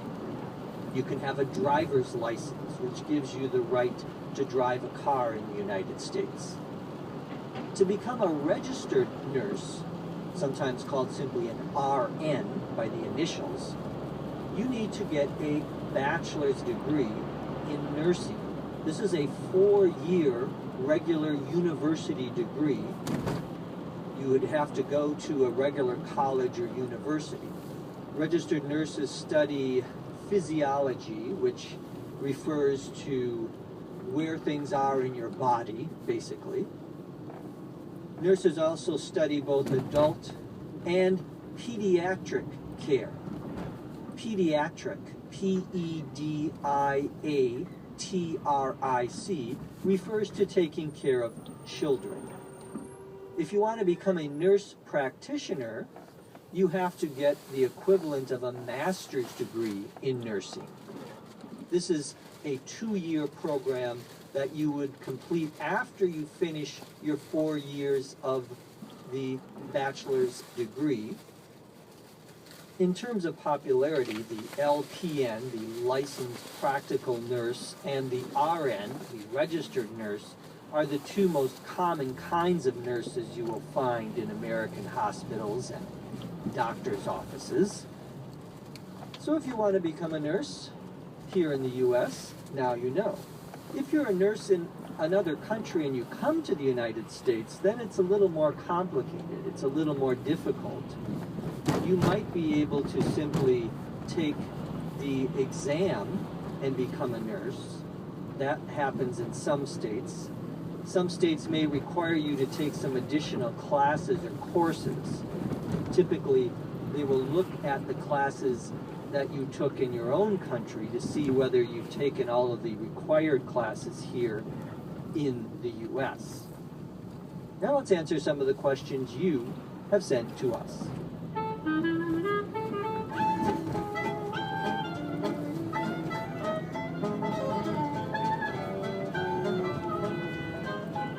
Our first question comes from Mantinder, M-A-N-T-I-N-D-E-R. It doesn't say where Mantinder is from. Maybe Mantinderland? Is there such a thing? No? Well, anyway, the question has to do with the difference between two words, athlete and player. An athlete, A-T-H-L-E-T-E, is any person who is trained or who has some skill in a sport or game. We talk about athletes in the Olympics. These are people who know how to swim or run or ride horses or shoot guns or play soccer or any other sport. Perhaps knowing how to play poker. Do they play poker in the Olympics? No? Okay. The term athlete almost always refers to someone who is involved in some sort of physical game or physical competition, like baseball or football or soccer or any of the other competitions that we've already mentioned. Player, P-L-A-Y-E-R, is used to describe anyone who participates in any kind of game or sport. So player is a more general word. An athlete is always a player. An athlete is always someone who participates in some game, but it's always a physical game. You can be a player in a game that isn't physical. You could be a video game player, for example. Player is also used in a couple of other instances. We use player to talk about someone who plays a musical instrument. I'm a piano player, you could say, meaning you play or are able to use a piano. Sometimes the word player is used in a very general way to refer to anyone who is involved in a certain business deal or business negotiation. You might say something like, we want to make sure we have all the players at the meeting before we talk about signing the contract. A player, informally, can also mean a man who likes to have more than one girlfriend, who goes around and has 2 or 3 or 4 girlfriends. Sometimes we informally refer to that sort of man as a player. Finally, a player can also be a thing that you use to listen to CDs or DVDs. We have DVD players in our living rooms. We have CD players in our offices. You can have an MP3 player, such as an iPod. Our next question comes from Hetzal, H-E-T-S-A-L. Once again, I don't know where Hetzal is from. Probably Hetzaland. Hetzal wants to know the difference between hazard and risk. A hazard, H-A-Z-A-R-D, is some sort of danger that you can't avoid. You may even know that there is a situation that is going to be dangerous, but you have to go through or be part of that situation anyway. So one use of hazard is an unavoidable danger, a danger you can't avoid. If you're driving on the freeway and it starts to rain, the rain is a hazard. It could cause you to slide and hit another car. But you can't really avoid it if you want to drive on the freeway in the rain. I guess you could stop driving your car, but you might be sitting there for a long time, until the rain stops anyway. The word hazard can also be used as a verb, which means to give an answer to something, usually something that you are not sure that you are right about. The expression that you'll commonly hear is hazard a guess, G-U-E-S-S. To hazard a guess means to make a guess, to guess, simply. Risk, R-I-S-K, is when there's a possibility of danger or loss. Putting money into the stock market is a risk. It is something that you could lose money on. Risk can also be used as a verb, meaning to take a chance. Once again, with the idea that you may lose something or there's some danger involved.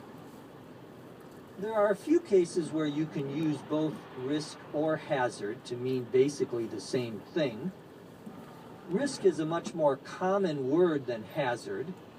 You'll also hear the word risky, R-I-S-K-Y, which is the adjective. Hazard is used also as an adjective when we're talking about things that are dangerous. Smoking is hazardous to your health. Smoking is dangerous to your health because it can damage or hurt your body. Being a player, as in going around and having more than one girlfriend, can also be hazardous to your health if the other girlfriends find out. Our final question is from Luis, L-U-I-S, in Brazil. Luis wants to know the meaning of an expression I think he saw as the title of a song or a line or sentence in a song. Call it a day. What's the difference, Luis asks, between call it a day and to quit?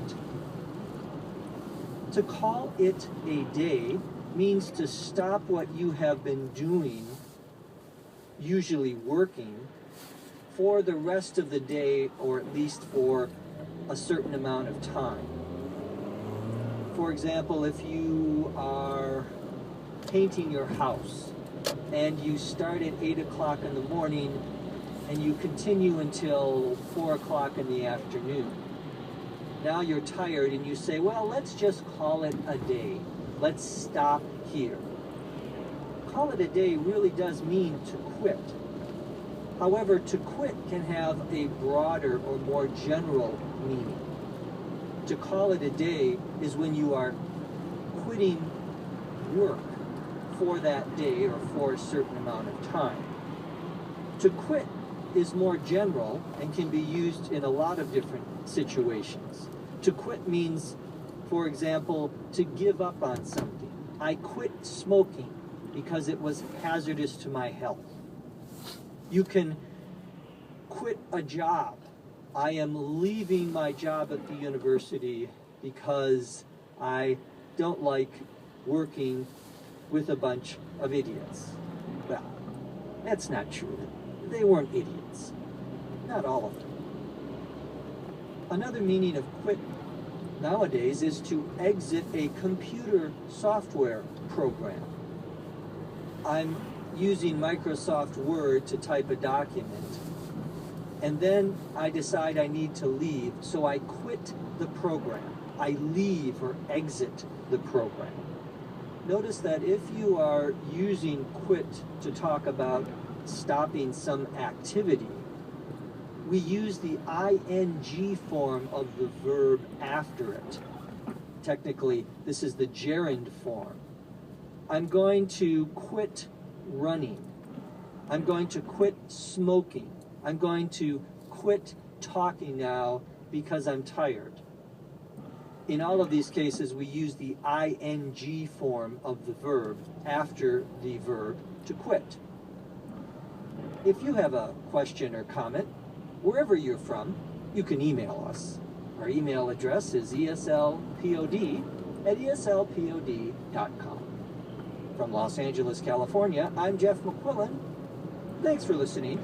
Come back and listen to us again right here on the English Cafe. The ESL Podcast English Cafe was written and produced by Dr. Jeff McQuillan and Dr. Lucy Singh. This podcast is copyright 2013 by the Center for Educational Development.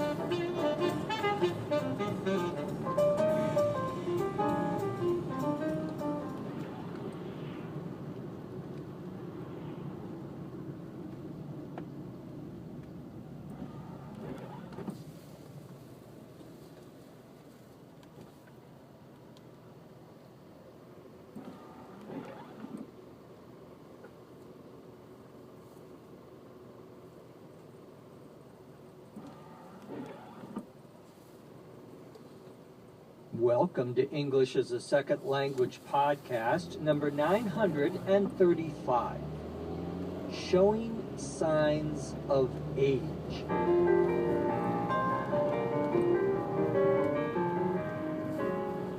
This is English as a Second Language podcast, episode 935. I'm your host, Dr. Jeff McQuillan, coming to you from the Center for Educational Development in beautiful Los Angeles, California. Our website is eslpod.com. Go there to download a learning guide for this episode. You can also take a look at some of our special courses in business and daily English.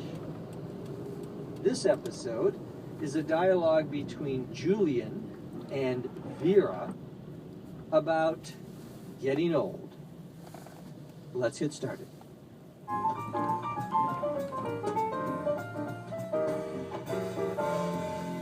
What is that? Another gray hair? My hair is already thinning on top. I don't need more gray hairs. I think salt and pepper hair looks great on men. It makes them look distinguished. It makes them look old. Thank God I don't have a receding hairline yet. When you get to be my age, you won't worry so much about graying hair. There are a lot of other things to worry about. Like what? Forget I mentioned it. Showing signs of age isn't something to be lamented. It's natural and part of maturing as a person. It gives you character. Stop being evasive. Like what? Okay, like wrinkles and age spots, deafness and memory loss. Gee, thanks. If I ever need to talk someone off a ledge, I'll give you a call.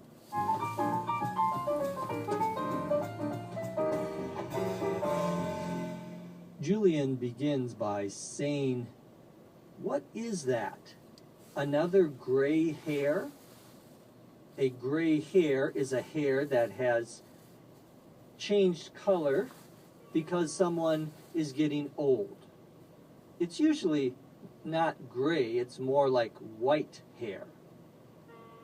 If you have a lot of white hair or gray hair, it may mean, not always, but it may mean that you are getting old. Julian says, "My hair is already thinning on top. The verb to thin, T-H-I-N, refers here to hair that is falling out of your head, out of the top of your head, what we would call your scalp, S-C-A-L-P. Your scalp is the skin on the top of your head. As you get older, sometimes the hair begins to fall out and doesn't grow back. So you have less hair on the top of your head than you did when you were younger. This is certainly true for people like me. Julian says, I don't need more gray hairs.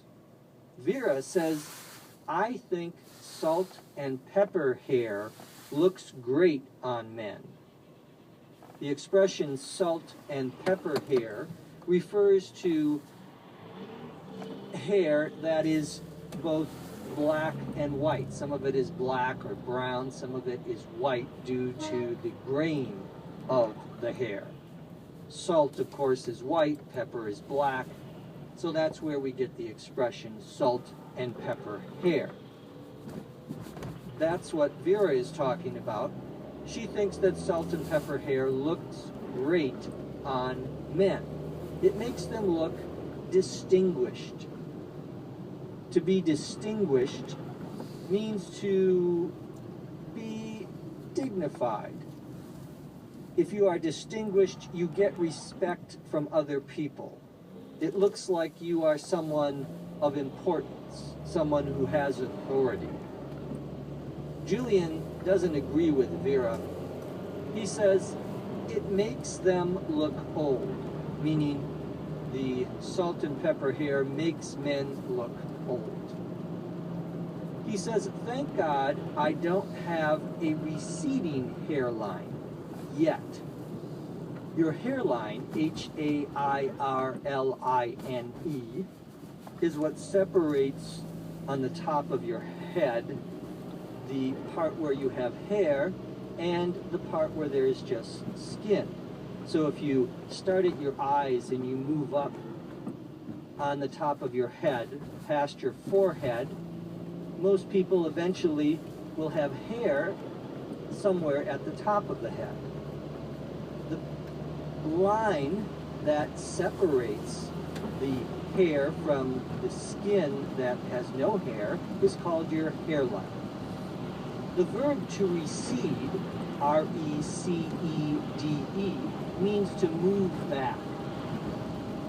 A receding hairline, then, is a hairline that appears to be moving back because you're losing more and more hair on the front part of your head. Julian says he does not have a receding hairline yet. That word yet means that he expects probably someday that will happen as well. Vera says, when you get to be my age, when you are as old as I am, you don't worry so much about graying hair. There are a lot of other things to worry about. Julian says, like what? He means, give me some examples of other things I have to worry about as I get older. Vera says, forget I mentioned it. She says, forget I mentioned it, because she's communicating to Julian that he doesn't really want to know, that the news is very bad, and he will probably be better off not knowing this bad news. She says, showing signs of age isn't something to be lamented. To show signs of age means to see changes in your physical appearance that indicate that you are getting older. That could mean getting gray hair. It could mean losing your hair. It could mean that your skin is not as soft as it used to be. It could mean that you are not able to run as fast as you used to. There could be a lot of signs of old age. It could mean repeating things that you just said a minute ago. there could be a lot of signs of old age. It could mean, wait a minute, am I repeating myself? Vera says that old age is not something to be lamented. To lament, L-A-M-E-N-T, means to feel sad about something, especially something that you may have lost. Another word we use here would be to mourn, M-O-U-R-N. Usually, mourning is something you do when someone dies. You feel sad that you have lost that person. Lamenting is a more general term that could be used to describe the loss of anything or the feeling of sadness because something has been lost or something bad has happened. Vera says it's a natural part of maturing as a person. It gives you character. Vera is talking about showing signs of age.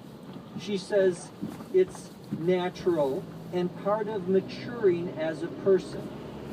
She's saying that it's a normal part of getting older and wiser.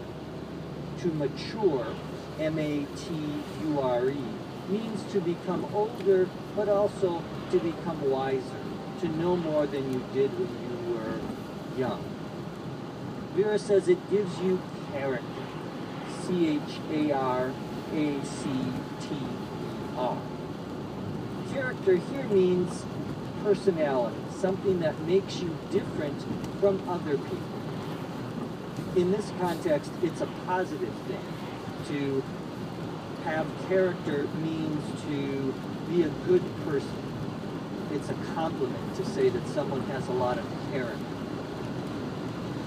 Vera says that showing signs of age gives you character. Julian then says, stop being evasive. To be evasive, E-V-A-S-I-V-E, means to hide something, to not give a clear, direct answer to someone's question. Julian repeats the question, like what? He's asking for examples of other things one has to worry about as one gets older. Vera says, okay, like wrinkles and age spots, deafness, and memory loss. Wrinkles, W-R-I-N-K-L-E-S, are small folds, we call them, in your skin. They're sort of like small lines on your skin that form as you get older. I have lots of wrinkles already, and I'm only 29. Another thing you get when you get older, according to Vera, are age spots. Age spots are small areas on your skin that have a different color than the skin around it. It's often caused by being out in the sun too much. If you live in a place like Los Angeles, you may be out in the sun more than people in other parts of the country, which is why you may see more people with age spots in California than you do in Minnesota, where it is less sunny. Vera says a couple of other problems of getting old are deafness and memory loss. Deafness, D-E-A-F-N-E-S-S, is the inability to hear. When you can't hear anything, that is a sign of deafness. Beethoven, the great composer, was partially deaf and got more deaf as he got older, I believe. Memory loss, we've already talked about, is when you forget things, when you can't remember something. That's memory loss. Julian says, gee, thanks.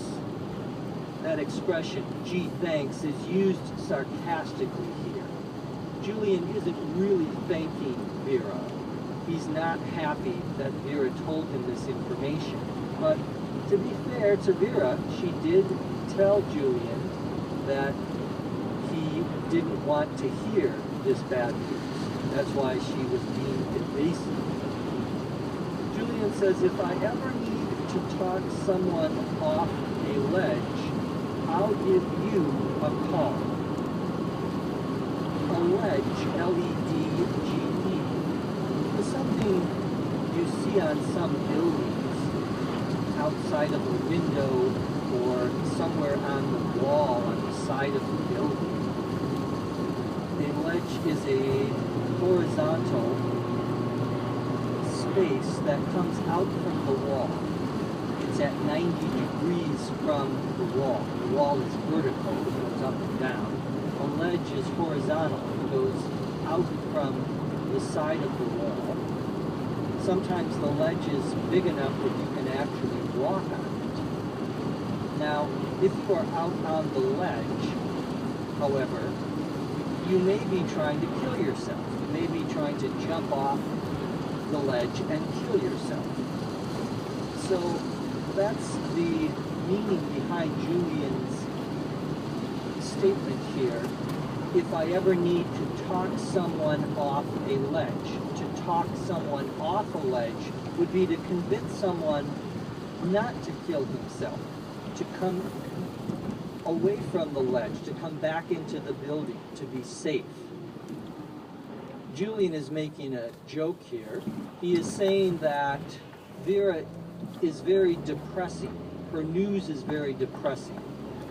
And he would not want her to be talking to someone else who was depressed and who perhaps was trying to kill himself because she is so depressing. That's why he says, if I ever need to talk someone off a ledge, I'll give you a call. He's being sarcastic again. He's making a joke. He's saying, really, I will not call you because you are so depressing, the person will probably want to jump off the ledge after talking to you instead of coming back into the building. Now let's listen to the dialogue, this time at a normal speed.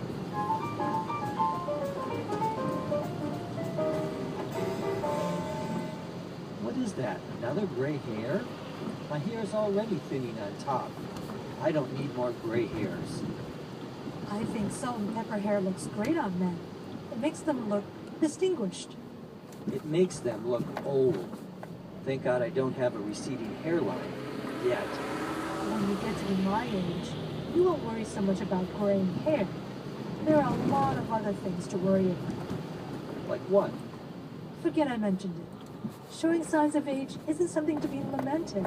It's natural and part of maturing as a person. It gives you character. Stop being evasive. Like what?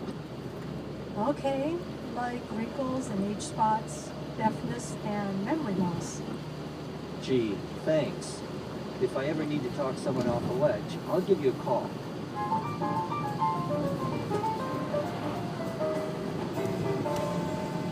She was a woman of great character, our scriptwriter. I speak, of course, of the wonderful Dr. Lucy Say. Thank you, Lucy. From Los Angeles, California, I'm Jeff Quillen. Thank you for listening. Go back and listen to us again right here on ESL Podcast. English as a Second Language Podcast is written and produced by Dr. Lucy Say and hosted by Dr. Jeff Quillen. Copyright 2013 by the Center for Educational Development.